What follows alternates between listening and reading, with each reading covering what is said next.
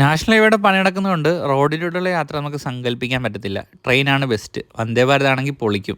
ഫെബ്രുവരി 15, 2019 ഡൽഹിയിൽ നിന്ന് വാരണാസിയിലേക്ക് ഓടാൻ തുടങ്ങിയ ഒരു ഓട്ടോ ഉണ്ട് വന്ദേ ഭാരതിൻ്റെ. അതൊരു ഇന്ത്യയുടെ ഒരു അഭിമാനമായിട്ടുള്ള ഒരു യാത്രയ്ക്കുള്ള തുടക്കമായിരുന്നു. കാര്യം ഇന്ത്യയുടെ തന്നെ first flagship semi high speed ട്രെയിനാണിത്. അത് നമ്മുടെ ചെന്നൈയിലുള്ള ഇൻ്റഗ്രൽ കോച്ച് ഫാക്ടറിയിലാണ് നിർമ്മിച്ചിരിക്കുന്നത്. പക്ഷെ കണ്ടാൽ പറയുമോ, ഒരു യൂറോപ്യൻ സെറ്റപ്പൊക്കെ ഫീൽ ചെയ്യുന്നില്ലേ? ഭയങ്കരമായിട്ടുള്ള ക്വാളിറ്റി ഫീൽ ചെയ്യണുണ്ട്. അതുപോലെ സ്പീഡിൻ്റെ കാര്യത്തിൽ വെറും 50 സെക്കൻഡിൽ 100 കിലോമീറ്റർ കയറാനുള്ള പവർ ഇതിലുണ്ട്.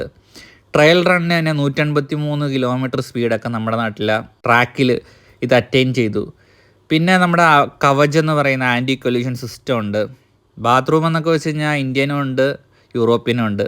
നല്ല വൃത്തിയുണ്ട്, നല്ല സർവീസാണ്. ഇതിലെ യാത്രാസുഖം കൊണ്ട് നമുക്ക് നമ്മുടെ സ്റ്റോപ്പിൽ ഇറങ്ങാൻ തോന്നില്ല. അത്ര നല്ല യാത്രയാണ്. അപ്പോൾ ഇത്ലാവ് സംഗീത് ലാൽ സൈനിങ് ഓഫ്.